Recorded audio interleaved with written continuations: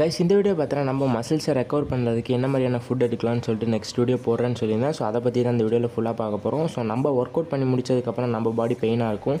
So அந்த muscles டேமேஜான muscles வந்து சீக்கிரமாக ரெக்கவர் பண்ணுறதுக்கு நம்ம என்ன ஃபுட் எடுக்கணும் அப்படின்ற இந்த வீடியோவில் ஃபுல்லாக பார்க்க போகிறோம். ஸோ எல்லா பிகினர்ஸ் ஒர்க் அவுட் பண்ணுறவங்களுக்கும் ஹோம் ஒர்க் அவுட் பண்ணுறவங்களுக்கும் இந்த வீடியோ யூஸ்ஃபுல்லாக இருக்கும். ஸோ வீடியோவை ஸ்கிப் பண்ணாமல் அப் டு எண்ட் வரைக்கும் ஃபுல்லாக பாருங்கள்.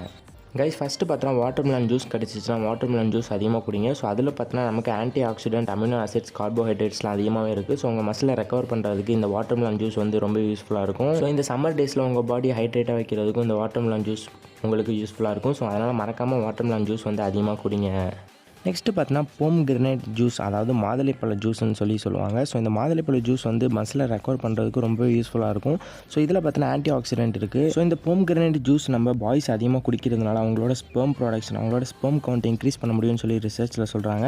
ஸோ அது மட்டும் இல்லாமல் இதில் பார்த்தீங்கன்னா அதிகமாக ஆன்டி இன்ஃப்ளமேட்டரி ப்ராப்பர்ட்டிஸ் வந்து அதிகமாகவே இருக்குது. கைஸ் நெக்ஸ்ட்டு பார்த்தீங்கன்னா எக் உங்கள் மசிலை வந்து ஸ்டிமுலேட் த மசில் ரெக்கவரியை நல்லா ஸ்டிமுலேட் பண்ணணும்னு சொல்கிறாங்க. ஸோ அதனால் எக் வந்து after work out full egg, அதாவது நாட்டுக்கோழி முட்டையாக இருந்தாலும் சரி, பாய்லர் முட்டையாக இருந்தாலும் சரி, ஃபுல்லாக நீங்கள் ஒர்க் அவுட் முடிச்சதுக்கப்புறம் எடுக்கிறது ரொம்பவே நல்லது.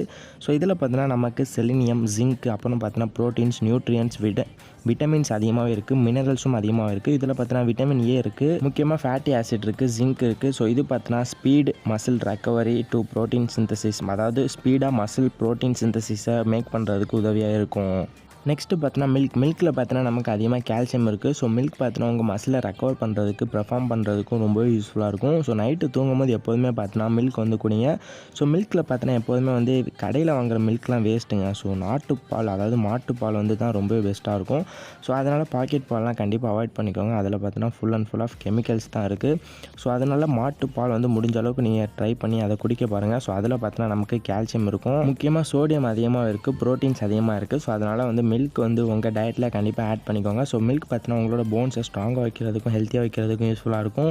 ஸோ போன்ஸை ஸ்ட்ராங்காக வைக்கிறதுக்கு கால்சியம் சத்து ரொம்பவே அதிகமாக தேவைப்படுது. ஸோ அந்த கால்சியம் சத்து பார்த்தீங்கன்னா மில்கில் இருக்குது. ஸோ அதனால் மில்க்கை வந்து உங்கள் டயட்டில் ஆட் பண்ணிக்கோங்க. கைஸ் முக்கியமாக பீட்ரூட் ஜூஸ் வந்து எடுத்துக்கோங்க. ஸோ அதுவும் உங்கள் மசிலை ரெக்கவர் பண்ணுறதுக்கு யூஸ்ஃபுல்லாக இருக்கும். ஸோ பீட்ரூட் ஜூஸ் வந்து அது நிறைய பேர் கேள்விப்பட்டிருப்பீங்க. ஸோ உங்களோட ஹீமோக்ளோபின் லெவல் இன்க்ரீஸ் பண்ணுறதுக்கும் இந்த பீட்ரூட் ஜூஸ் வந்து உதவியாக இருக்கும்.